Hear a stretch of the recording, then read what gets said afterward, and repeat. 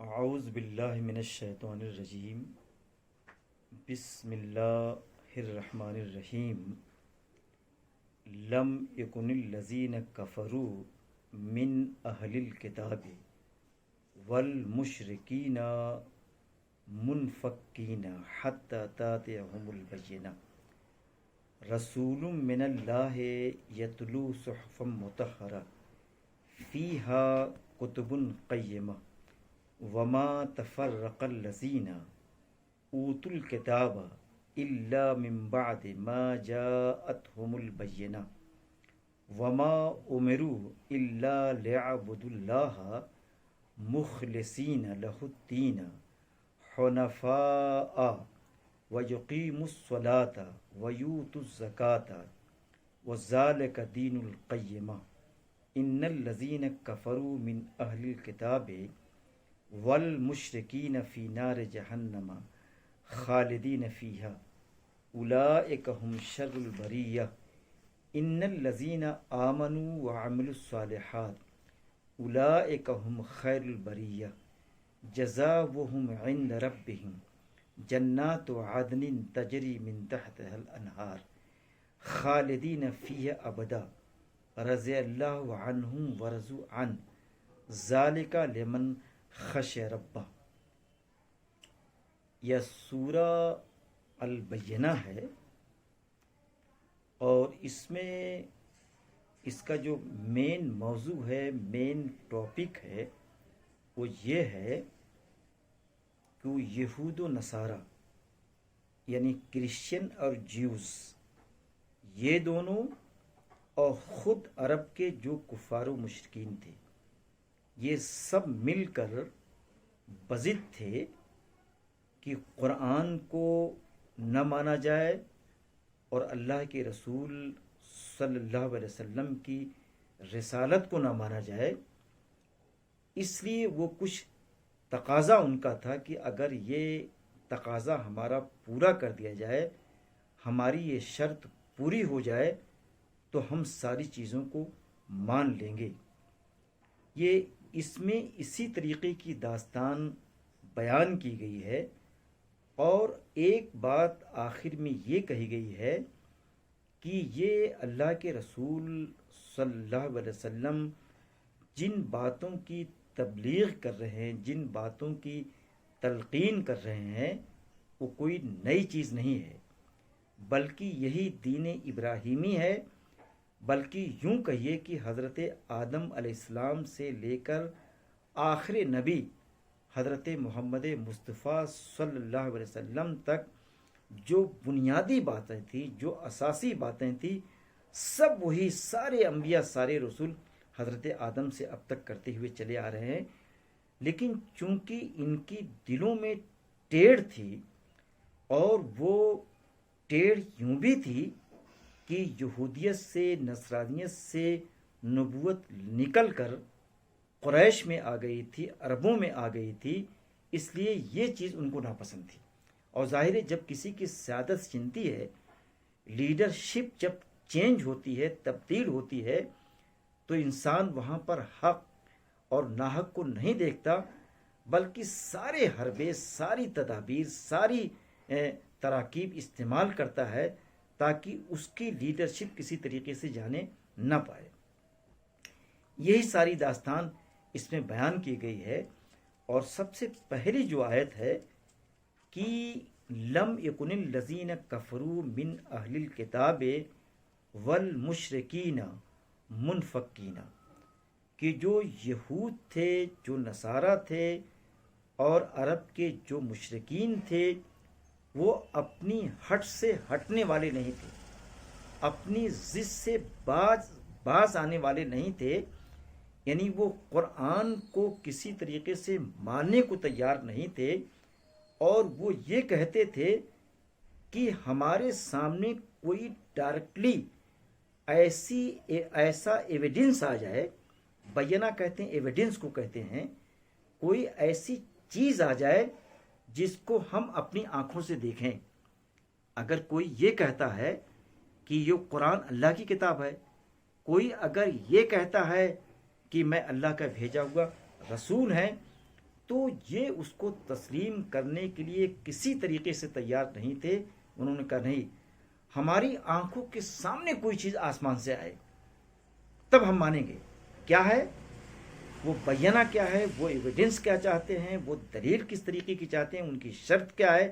وہ یہ ہے، وہ یہ چاہتے ہیں کہ اللہ کی طرف سے کوئی ایسا فرشتہ نازل ہو بالکل آسمان سے ہماری آنکھوں کے سامنے، ہم اسے دیکھیں اور اس فرشتے کے ہاتھوں میں کچھ صحیفے ہوں، کچھ اوراق ہوں، کچھ پیجز ہوں جو آسمان سے لے کر وہ آئے اور وہ اس کو پڑھتا ہوگا ہو، تب ہم تسلیم کر لیں گے.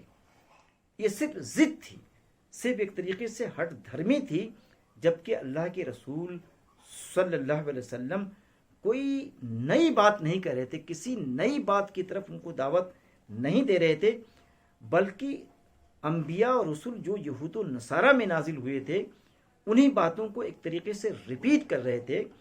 اور نبوت اور رسالت کی جو ضرورت ہوتی وہ یہ ہوتی ہے کہ جب چیزیں چھپنے لگتی ہیں، پس پش جانے لگتی ہیں، جب اللہ کے رسول کی دعوت پر گرد و غبار چھا جاتی ہے تو اس گرد و غبار کو ہٹانے کے لیے ایک نبی آتا ہے. اور ہر قوم میں ایک نبی آیا ہے سمجھانے کے لیے. کوئی قوم یہ نہیں کہہ سکتی ہے کہ ہمارے پاس کوئی نبی نہیں آیا ہے، کوئی رسول نہیں آیا ہے. اور کہتے ہیں کہ وہ جو فرشتہ اوپر سے آئے اور جو اس کے ہاتھوں میں پاکیزہ اوراق ہوں، بہت ہی پاکیزہ اوراق، پاکیزہ کہتے ہیں ہولی کو کہتے ہیں، ہولی جو پیجز ہوں وہ یہ ہوں کہ اور اس میں احکام کتب القی، اس میں کچھ آرڈرس ہوں زندگی کے بارے میں، دین کے بارے میں، ہمارے معاملات کے بارے میں، اس میں بالکل واضح احکام ہوں. جب اس طریقے کی کوئی چیز آئے گی، جب یہ رسول جو اللہ کے رسول صلی اللہ علیہ وسلم یہ ایسی کوئی چیز ہم کو دکھائیں گے آسمان سے اترتی ہوئی، نازل ہوتی ہوئی، تب ہم ان کی نبوت کا، ان کی رسالت کا کو تسلیم کریں گے.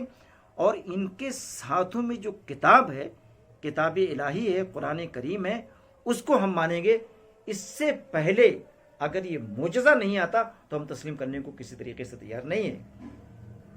اور پھر کرے وما تفرق الذین اوتوا الکتاب الا من بعد ما جاءتهم البینہ.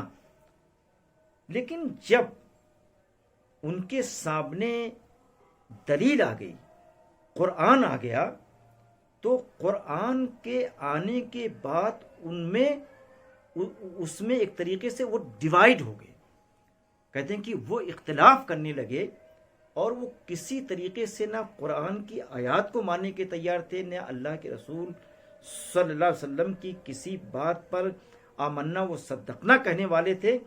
انہی پوری طریقے سے اپنی ضد پہ اڑے ہوئے تھے اور وہ یہ کہتے تھے کہ اصل جو دین ہے، اصل جو رسالت ہے، اصل جو نبوت ہے وہ ہم میں آئی ہے.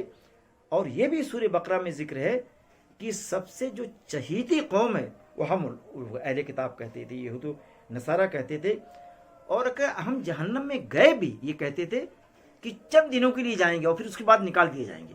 ہم سے بہتر ترین جو قوم دنیا میں کوئی نہیں ہے، دین کے لحاظ سے، علم کے لحاظ سے، کتاب، آسمانی کتاب کے لحاظ سے یہ چیلنج کرتے تھے اور اللہ کے رسول صلی اللہ علیہ وسلم کی باتوں کو کسی طریقے سے تسلیم کرنے کو تیار نہیں تھے.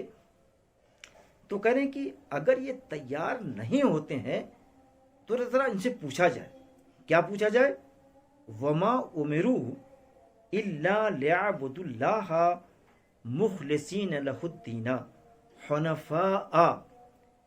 تو کہتے ہیں کہ ان کو جو حکم دیا جا رہا ہے، بھائی اگر ہم کوئی نئی بات کہیں، کوئی نئی چیز سکھائیں، کوئی دین میں بدعت کریں، نئی کوئی چیزوں کو گڑھیں، تو یہ ہمارا اختلاف کریں، ہماری باتوں کو نہ مانیں تو بات سمجھ میں آتی ہے.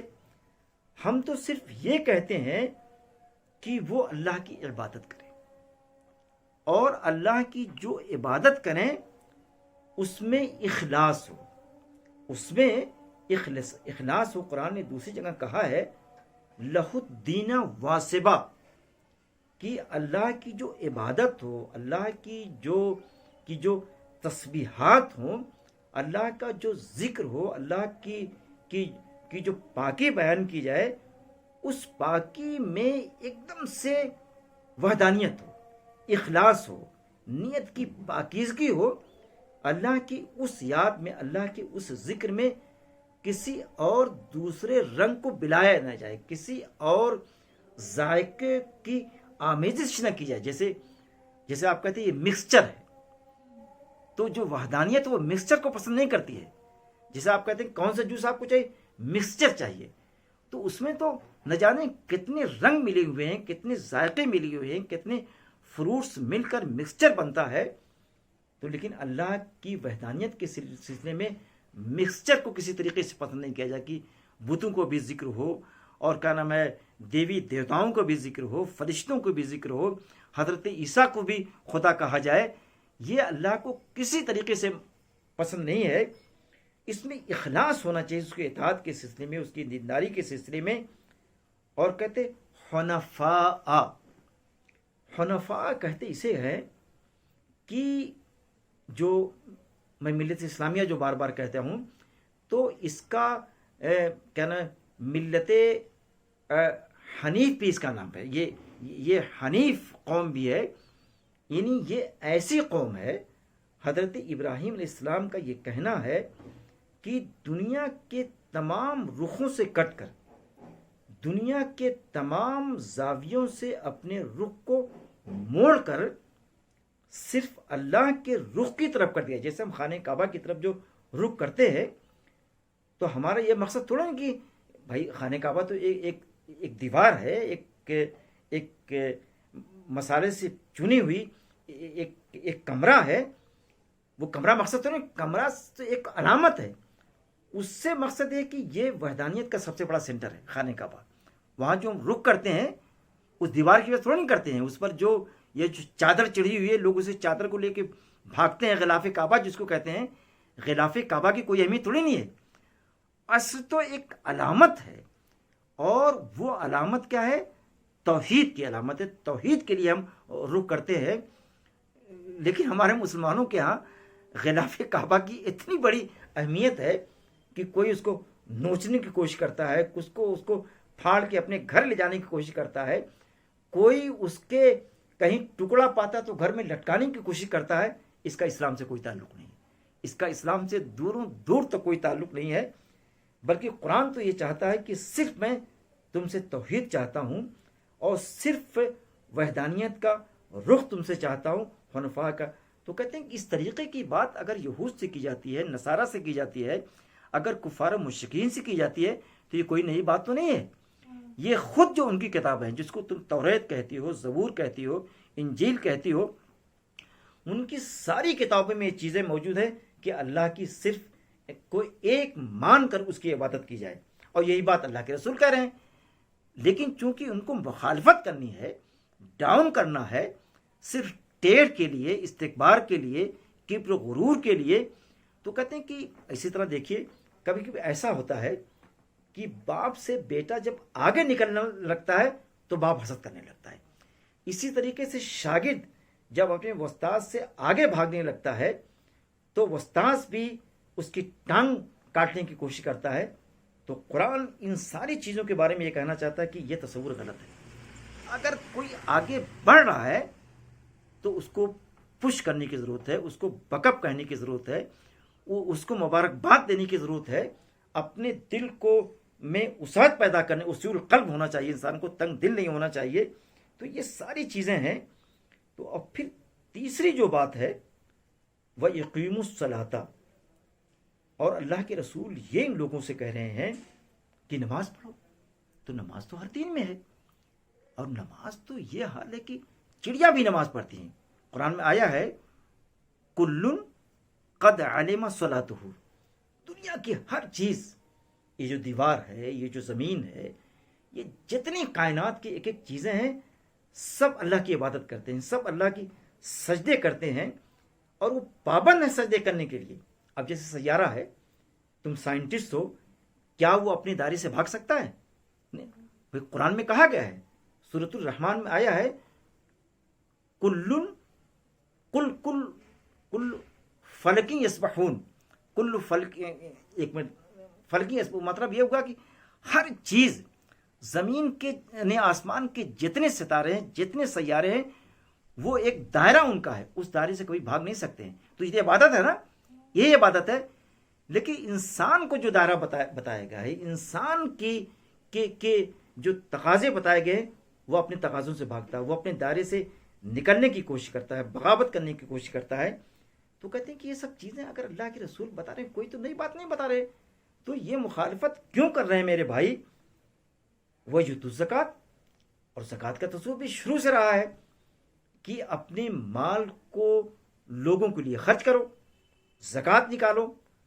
تو اگر اللہ کے رسول اس طریقے کی بات کرتے ہیں کہ اگر تم زکوٰۃ نکالو گے تو زکوٰۃ کے نکالنے سے، زکوٰۃ کے معنی آتے ہیں نمو پانا، جسے تم نے کل پڑھایا تھا طرف کو کہ گرو کہتے ہیں.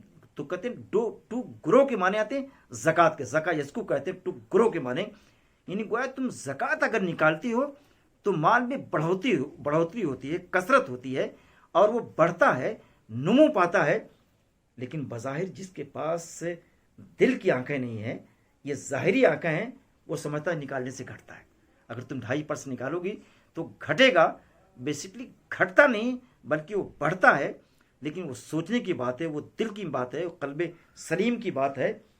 اور پھر اللہ کے رسول یہ بتا رہے ہیں کہ وَذَلِكَ دِينُ الْقَيِّمَةِ، اگر تم اللہ کی عبادت کرو گے، نمبر 1، نمبر 2 اخلاص کے ساتھ تم عبادت کرو گے، تیسرے تم نماز پڑھو گے، چوتھے تم اگر زکوٰۃ دو گے تو ہی حقیقی دین ہے. ذالک دین القیمہ، یہی حقیقی دین ہے، یہی حقیقی راہ ہے.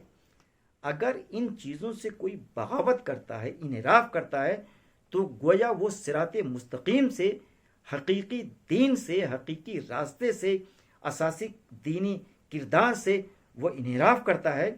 تو یہ بتائیے، یہ ساری چیزیں جو اللہ کے رسول بتا رہے، یہی تو دین ابراہیمی ہے، یہی تو دین حنیف ہے. تو یہ کہاں سے اللہ کے رسول کی مخالفت کرتے ہیں؟ مخالفت صرف اس لیے کرتے ہیں کہ اب ہماری چلے گی، چونکہ ان کی چل نہیں پا رہی ہے، چونکہ ان کی سیادت ڈھہتی ہوئی، گرتی ہوئی، اور ایک طریقے سے اس میں ڈکلائن نظر آ رہا ہے. تو وہ اپنی سیادت کے ڈکلائن ہونے کو پسند نہیں کرتے. کوئی شخص ہوتا ہے عام طور سے ذہنی، لیکن جو سمجھدار قسم کے ہوتے ہیں وہ ڈکلائن نہیں دیکھتے. وہ یہ دیکھتے ہیں کہ حقیقت کیا ہے، وہ دیکھتے ہیں کہ صداقت کیا ہے، سچائی کیا ہے، تو سچائی کا ساتھ دیتے ہیں. اور پھر آگے کر کے ان الذین کفروا من اہل الکتاب والمشرکین. تو یہ جو یہود و نصارہ ہیں، یہ جو عرب کے مشرکین ہیں، ان ساری چیزوں کے بتانے کے باوجود کہ میں کوئی نئی چیز نہیں کہہ رہا ہوں، کوئی نیا دین پیش نہیں کر رہا ہوں، بلکہ ایک طریقے سے ریپیٹیشن ہے، ایک طریقے سے یہ تاریخ کو دہرا رہا ہوں. دین کو دین جو دھندلا ہو گیا تھا، جو گرد و غبار میں لپٹ گیا تھا، اس کو دوبارہ دھو کر، صاف کر کے پھر اسی کو پیش کر رہا ہوں. یہ وہی دین ہے، یہ وہی آئینہ ہے، یہ وہی پیکری اسلامی ہے. تو پھر تم کو اختلاف کرنے کی کیا ضرورت ہے؟ لیکن اگر وہ اختلاف کرتے ہیں، اپنی ضد پر، اپنی ہٹ پر قائم و دائم ہے، اصرار ان کی فطرت بن گئی ہے، تو ایسے انسسٹ کرنے والوں کو، ایسے بغیر کسی پروف کے جو انسسٹ کرتا ہے، ان کے بارے میں قرآن یہ کہنا چاہتا ہے کہ فی نار جہنم، کہ وہ جہنم میں رہیں گے. اور جناب یہ جہنم میں جو رہیں گے، اور یہ جہنم کی جو آگ ہے، 1-2 دن کی نہیں ہے، عارضی نہیں ہے، یہ ایک طریقے سے پرماننٹ کوارنٹین ہے. پرماننٹ کوارنٹین ہے. یہ دنیاوی آج ہے کہ 15 دن کے بعد تم یہاں کوارنٹین میں رکھا جائے گا، 21 دن کے لیے رکھا جائے گا. یہ وہ کوارنٹین ہے، یہ وہ آگ کا گڑھا ہے کہ خالدین فیہا، جس میں مستقلاً وہ رہیں گے، پرماننٹلی رہیں گے اس میں اٹھا کے. اور کہتے ہیں کہ ان کے بارے میں قرآن یہ کہتا ہے کہ جو اللہ کے رسول کی مخالفت کرتے ہیں، جو قرآن کی مخالفت کرتے ہیں، جو دین ابراہیمی کی مخالفت کرتے ہیں، جو ملت ابراہیمی کے اپوننٹ ہیں، اپوننٹ جانتی ہوگی میرا خیال، جو مخالف ہیں، منحرف ہیں، ان کے بارے میں قرآن نے اعلان کر دیا ہے اولئک هم شر البریہ، کہ یہی لوگ سب سے بدترین قسم کے لوگ ہیں، سب سے بدترین مخلوق ہے۔ دنیا میں ان کو وجاہت مل سکتی ہے، دنیا میں ان کو اسٹیٹس مل سکتا ہے، دنیا میں ان کو ایک کرسی اقتدار کی مل سکتی ہے، لیکن آخرت کا جو اقتدار ہوگا، آخرت میں جو ان کو سزا دی جائے گی، ان پر جو عتاب ہوگا، اس لحاظ سے دیکھا جائے تو سب سے گھٹیا ترین قسم کی جو برادری ہوتی ہے، گھٹیا ترین ذلیل ترین قسم کے جو لوگ ہوتے ہیں، یہ یہی لوگ ہوتے ہیں جو اللہ کے رسول کی مخالفت کرتے ہیں اور اس کو نہیں مانتے ہیں۔ اور اس کے بعد کہہ رہے ان الذین آمنوا وعملوا الصالحات، اس کے برعکس ایک گروپ تو یہ ہوا، لیکن وہ گروپ جو اللہ کے رسول کی رسالت پر ایمان لاتا ہے۔ اگر کوئی حضرت ابو بکر سے یہ پوچھتا ہے کہ یہ بتائی کہ وہ تو یہ کہہ رہے تھے ابھی ہم آسمان پہ گئے تھے، ہم اللہ سے وحی لینے گئے تھے، معراج ہماری ہوئی تھی، تو کہتے ہیں کہ اگر کوئی دوسرا کہے گا تو اس کو تسلیم نہیں کروں گا، لیکن اگر اللہ کے رسول کہتے ہیں تو میں اس کو تسلیم کر لوں گا۔ اس لیے ان کا لقب صدیق ہے۔ صدیق کے مطلب کسی کی صداقت کو تسلیم کرنے والا، سمجھا آپ نے؟ اللہ کے رسول کی رسالت کی اور باتوں کو حق جاننے والا، کہتے ہیں کہ تو اسی لیے اس کے اپوزٹ، یعنی کفار مشرکین یہود و نصارہ کے اپوزٹ جو گروپ ہے، یعنی جس کے ہاں سرتابی نہیں ہے، جس کے ہاں انسسٹ نہیں ہے، جس کے ہاں ہٹ دھرمی نہیں ہے، کہتے ہیں کہ جو ایمان لاتے ہیں اور ایمان کے ساتھ ساتھ عمل صالح کرتے ہیں، صرف اللہ اکبر کہے آپ اور فجر کے بعد آپ سوئے رہیں، اللہ کو ایک مانتے ہیں، قرآن کو آپ اٹھاتے نہیں، اللہ کو ایک مانتے ہیں، آپ روزے نہیں رہتے ہیں، اللہ کو ایک مانتے ہیں، سلیقے سے آپ پڑھاتے نہیں ہیں، وقت سے آپ پیریڈ میں پہنچتے نہیں ہیں، تو یہ ایمان قابل قبول نہیں۔ یہ ایمان بہت ہی کمزور قسم کا ہے، بہت ہی چھوٹا ہے، کمزور ہے۔ تو ایمان عمل چاہتا ہے، اور ایمان کے بارے میں حدیث میں ایمان گھٹتا رہتا ہے، کبھی ڈاؤن ہو جاتا ہے، کبھی اسٹرانگ ہو جاتا ہے۔ جب آپ اچھے عمل کریں گے تو اسٹرانگ ہو جائے گا، مضبوط ہو جائے گا آپ کا ایمان۔ کہتے ہیں کہ یہی جو لوگ ہیں نا، ایسے ہی ایمان والے، ایسے ہی عمل صالح کرنے والے لوگوں کے بارے میں قرآن یہ اعلان کرتا ہے کہ اولئک هم خیر البریہ، کہ یہ دنیا کی سب سے چہیتی قوم، دنیا کی سب سے افضل ترین قوم یہی لوگ ہیں جو ایمان کے ساتھ ساتھ قرآن کو مانتے ہیں، ایمان کے ساتھ ساتھ رسالت کو تسلیم کرتے ہیں، ایمان کے ساتھ ساتھ جہاد بھی کرتے ہیں، ایمان کے ساتھ ساتھ غربا کی، مفلسین کی اور مزدوروں کی مدد بھی کرتے ہیں۔ اگر آپ ایمان لاتے ہیں اور ان مزدوروں کی جو ان کی مطلب ان کے جو دکھ ہیں، ان دکھوں میں اگر ان کے آپ ساتھی نہیں ہیں، ان دکھوں کو اگر بانٹتے نہیں ہیں، اگر ان بھوکے مزدوروں کو، مسافروں کو اپنے کھانے میں آپ شامل نہیں کرتے ہیں، اپنے دسترخوان پر ان کو بٹھاتے نہیں ہیں، یا راتوں کے ان کی خبروں کو سن کر آپ کے اندر اضطراب اور درد نہیں پیدا ہو، تو آپ کی آنکھیں اگر روتی نہیں ہیں تو آپ اچھی قوم نہیں ہیں، بدترین قوم ہے۔ قرآن یہ کہنا، تو قرآن یہ کہنا چاہتا ہے، خیر البریہ اور شر البریہ کا اس ٹائٹل دے کے قرآن یہ بتانا چاہتا ہے کہ جو اشرف لوگ ہیں، سمجھدار لوگ ہیں، وہ اللہ کے بندوں کے لیے ٹوٹ پڑتے ہیں۔ اور پھر وہ کہنا چاہتے ہیں کہ جو یہ اہم ترین مخلوق ہے، جو اشرف المخلوقات ہے، جو اللہ کے حکموں کو مانتی ہے، ان کے بدلے کیا ہوں گے، ان کے ریوارڈز کیا ہوں گے۔ جو میرے بندوں کو نوازتا ہے، اس نوازش کے عوض میں اس کا سبسٹیوٹ کیا ہے؟ قرآن یہ کہنا چاہتا ہے کہ عند ربہم جنات عدن۔ ایک تو وہاں یہ کہا گیا تھا کہ جو رسالت کو نہیں مانتے ان کے لیے کیا ہے؟ دائمی آگ ہے۔ اور جو اللہ کے رسالت کو مانتے ہیں، ایمان لاتے ہیں، عمل صالح کرتے ہیں، ان کے بارے میں کیا ہے؟ ان کے لیے بھی دائمی چیز کوئی ہے، پرماننٹلی کوئی چیز ہے۔ کہتے ہیں جنات عدن،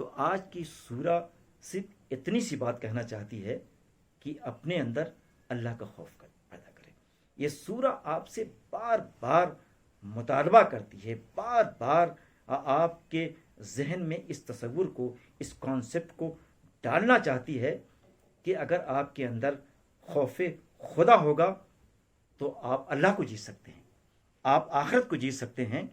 خوف خدا اتنی بڑی چیز ہے کہ کہتے ہیں کہ اس سے بڑی کوئی چیز نہیں ہو سکتی ہے. گجرات کے چیف منسٹر سے بہت پہلے یہ بات پوچھی گئی اس زمانے میں کہ یہ بتائیے کہ جب وہ چیف منسٹرشپ انہوں نے سنبھالی، اس ٹائمس آف انڈیا میں آیا تو ان سے پوچھا گیا کہ یہ بتائیے کہ ملک میں بہت ہی رشوت ہے، بہت ہی کرپشن ہے، بہت ہی بےمانیاں ہیں، اس کو آپ دور کیسے کریں گے؟ کہنے میں نہیں دور کر سکتا. کہنے کیوں بھائی، پھر آپ نے چیف منسٹرشپ کیوں آپ نے لیا ہے؟ انہوں نے کہا نہیں، میں کوشش یہ کروں گا کہ لوگوں کے دلوں میں فیئر آف گاڈ ڈال دوں. اگر فیئر آف گاڈ آپ ڈال دوں گا تو لوگ خود بخود برائیوں سے رک جائیں گے. اگر میں فیئر آف گاڈ کو ڈالنے میں، اللہ سے لوگوں کو ڈرانے میں اگر کامیاب نہیں ہو سکا تو میں اپنی ریاست کا، اپنے صوبے کے، اپنے راج کے سسٹم کو کبھی چینج نہیں کر سکتا ہوں. تو میں دنیا سے کہنا چاہتا ہوں کہ اگر دنیا کے نظام کو تم بدلنا چاہتے ہو، دنیا کے نظام میں کوئی تبدیلی لانا چاہتے ہو، دنیا کے نظام کو ایک بہت ہی کنسٹرکٹیو سم کی طرف لے جانا چاہتے ہو تو وہ تم کو صرف خوف خدا لے جائے گا. انہی کلمات کے ساتھ اپنی بات کو ختم کرنا چاہوں گا. وآخر دعوانا ان الحمد للہ رب العالمین.